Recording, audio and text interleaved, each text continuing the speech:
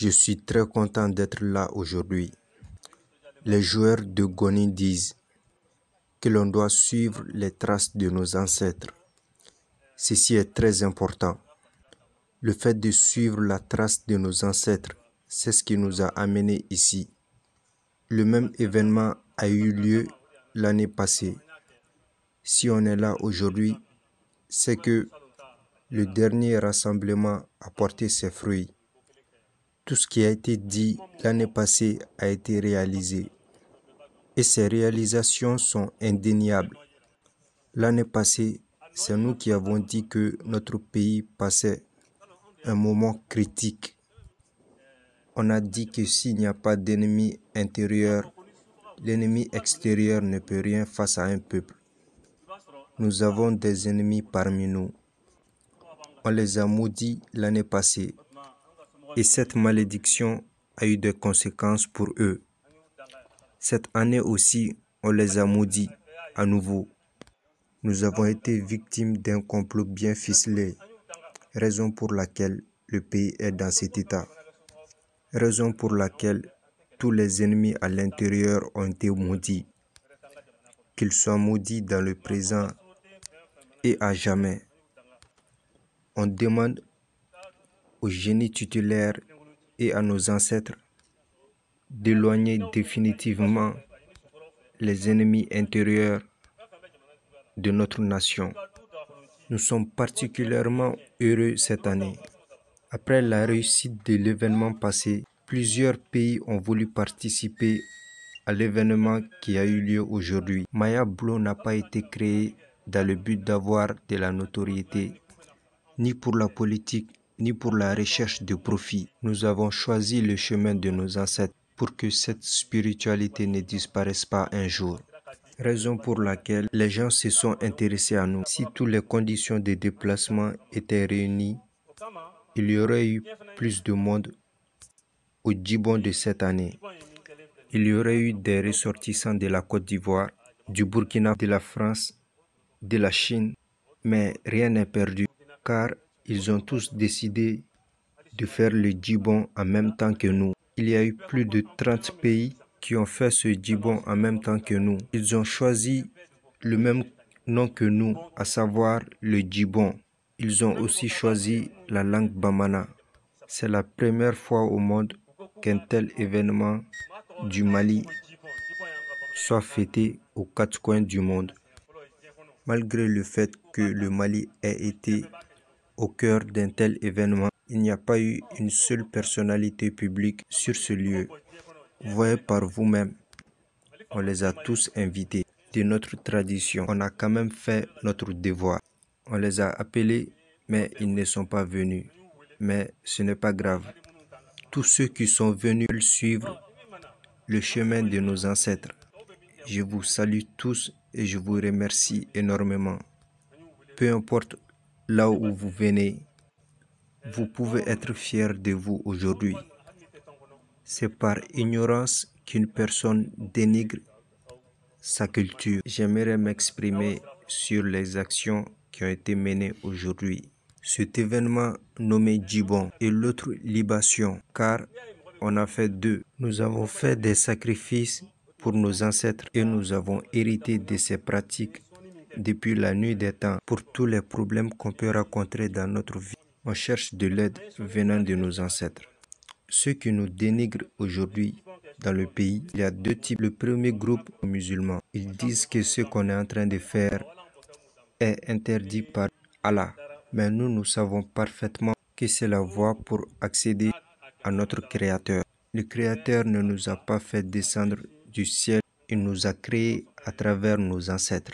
Tu es fils ou fille d'un tel, cette personne aussi vient de quelqu'un ou de quelqu'une, ainsi de suite. Donc, si on rend hommage à nos aïeux, c'est la voie à suivre pour atteindre Dieu. Le deuxième groupe qui nous dénigre, ce sont les pseudo-intellectuels des Blancs. Eux aussi nous dénigrent en disant que ce qu'on est en train de faire, c'est de l'ignorance. D'après nous, ce sont eux les vrais ignorants. Ce sont eux qui s'auto-détestent. Les Bamanans disent que celui qui se renie n'ira pas loin dans la vie. Nous avons choisi d'être nous-mêmes. Voici le fond de notre message. Tout ce que l'on souhaite, c'est de suivre la trace de nos ancêtres. Le chemin de nos ancêtres reste inégalé. Le fait de suivre le chemin d'autrui ne nous amènera nulle part. Donc, je vais parler de la libation qu'on vient de faire tout de suite. Cette libation est un culte très ancien. La libation signifie deux choses chez les Bamana. Les premières eaux qui étaient versées, les Bamana appelaient les premières eaux qui étaient versées Jitama. Jitama est une eau nouvelle.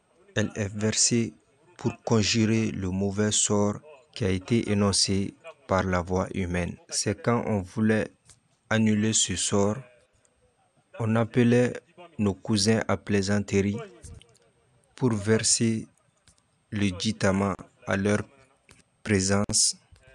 Par exemple, si un homme refuse d'être avec sa femme et de continuer la relation, il jurait de ne plus jamais toucher à cette femme. Donc, pour annuler ce sort, on utilise le Jitama. Cette libation n'est pas pareille avec celle qu'on vient de faire tout de suite. La libation qu'on vient de faire tout de suite est une toute autre libation, car celle-ci est une eau constituée de boissons traditionnellement préparées, comme la bière de mil, des miels, du lait et plusieurs autres mélanges, dans le but d'attirer à nous le bonheur, le progrès.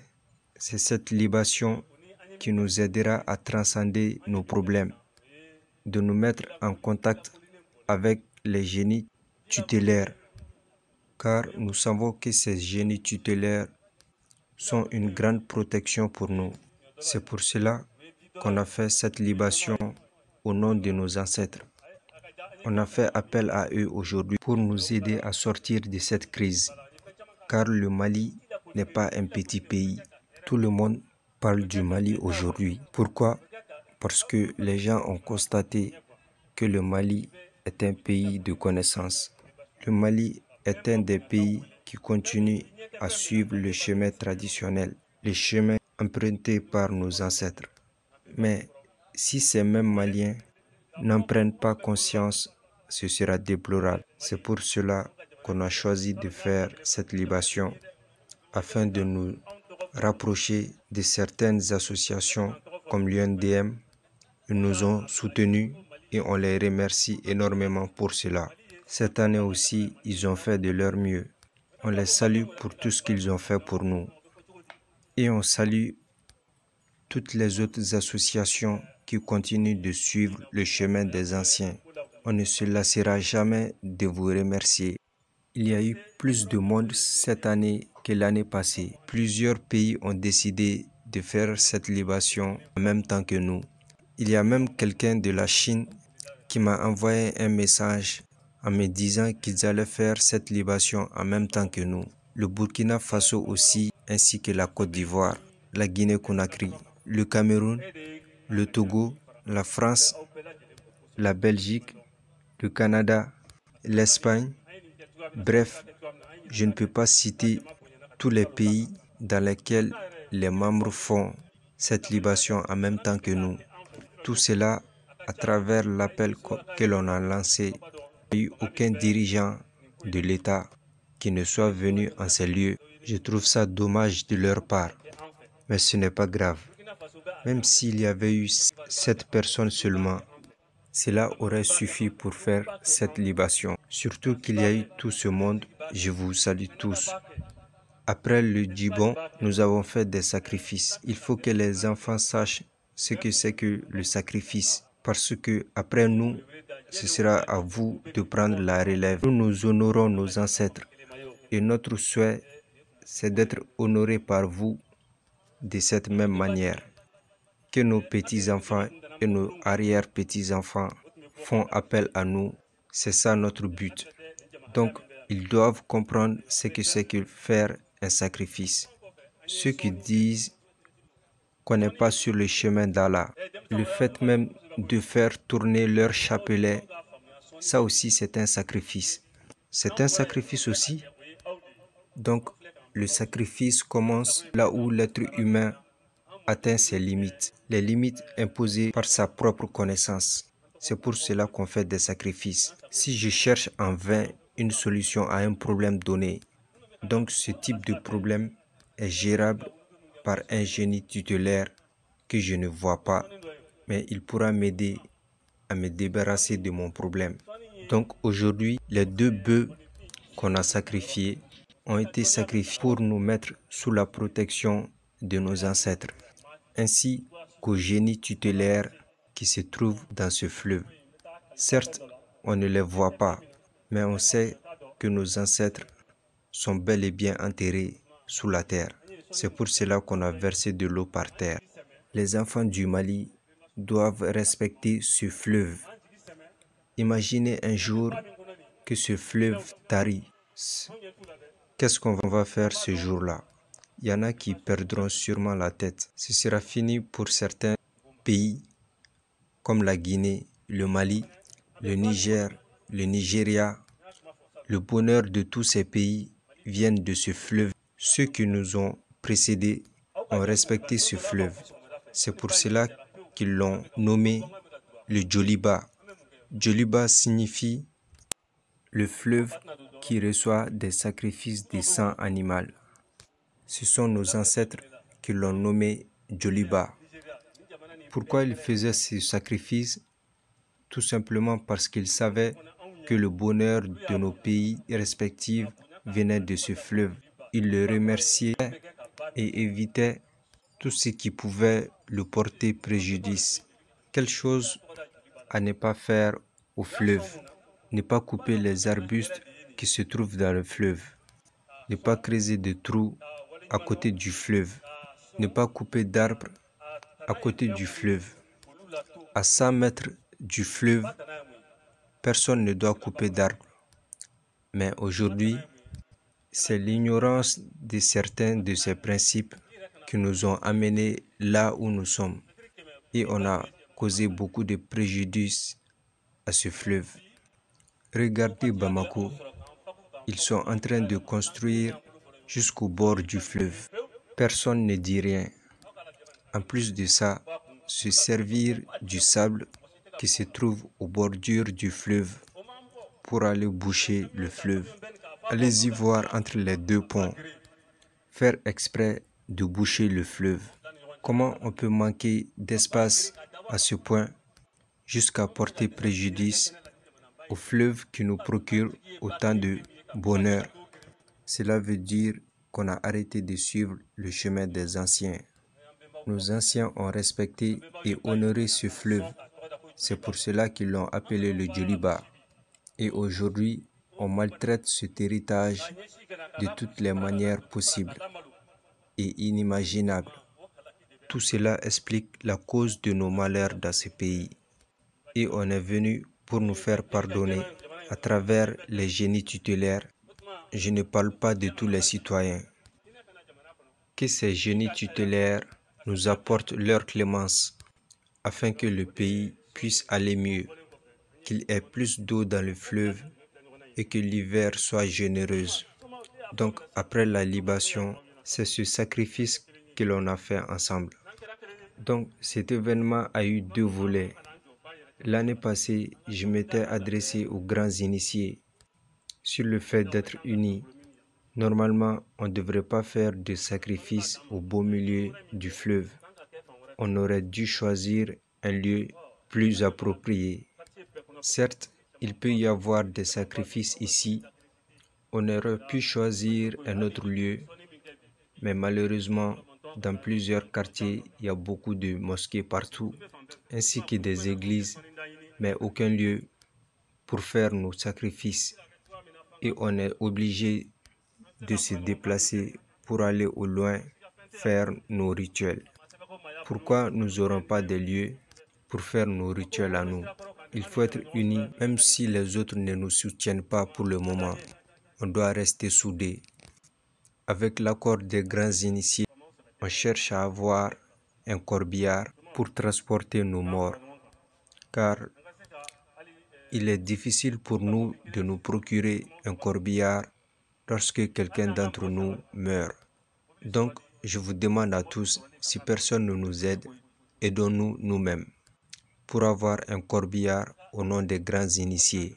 Peu importe l'endroit où l'initié mourra, au Mali, que son cadavre ne soit pas rejeté. C'est pour cela qu'on a mis sur pied une commission pour nous charger de la dépouille de ceux qui ont choisi le chemin des ancêtres. Car personne ne souhaite toucher à leur dépouille, soi-disant qu'ils ne pratiquent pas la religion. Si les autres le rejettent, nous on prendra sa dépouille et on fera les obsèques comme il le faut. On ne voit aucun problème à ce qu'il n'y a que des initiés lors de nos funérailles. Donc pensez à cela. On souhaite que d'ici l'année prochaine, qu'on ait tous, avec l'accord des grands initiés, un corbillard pour transporter nos défunts et qu'il y ait plus de monde ici l'année prochaine que cette année. Les enfants, je viens de vous expliquer qu'est-ce que c'est que faire un sacrifice. Une seule personne ne peut pas tout faire, mais ensemble, on peut venir à bout de tout. Nous venons de nous adresser aujourd'hui à nos génies tutélaires, car on est arrivé à bout. Nous sommes arrivés au bout de notre connaissance. C'est pour cela que nous sommes venus nous adresser à nos génies tutélaires, pour qu'ils puissent nous aider. Et c'est quelque chose que les enfants doivent connaître, pour que le sacrifice ne disparaisse pas. Le sacrifice est obligatoire, peu importe le moyen. Si tu ne le fais pas sur le chemin des ancêtres, tu le feras autrement, sur un autre chemin. Si tu ne le fais pas à travers ta tradition, tu le feras à travers la tradition des autres. Donc, ne jouons pas avec la tradition et le sacrifice. On vient de faire une libation collective tout de suite. Chacun a ses défunts du côté paternel comme maternel.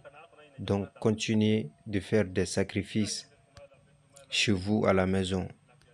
Exposez-les vos problèmes et n'oubliez surtout pas votre nation. Peu importe ton grade d'initié, tu ne seras tranquille que si le pays aussi est tranquille. S'il n'y a pas de paix dans un pays, personne ne sera en paix. Donc, que tout le monde retourne chez soi pour faire des sacrifices pour la lignée paternelle et maternelle.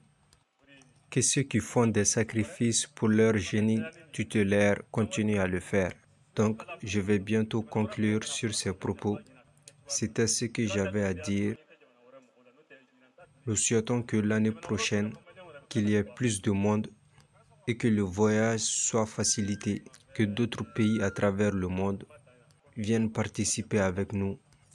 C'est la fermeture des frontières qui a fait qu'il n'y a pas eu autant de monde aujourd'hui. Sinon, il y aurait eu tellement de monde que même les Maliens auraient envié cet événement. Donc, je vais m'arrêter là. Je remercie tous ceux qui se sont déplacés pour venir aujourd'hui.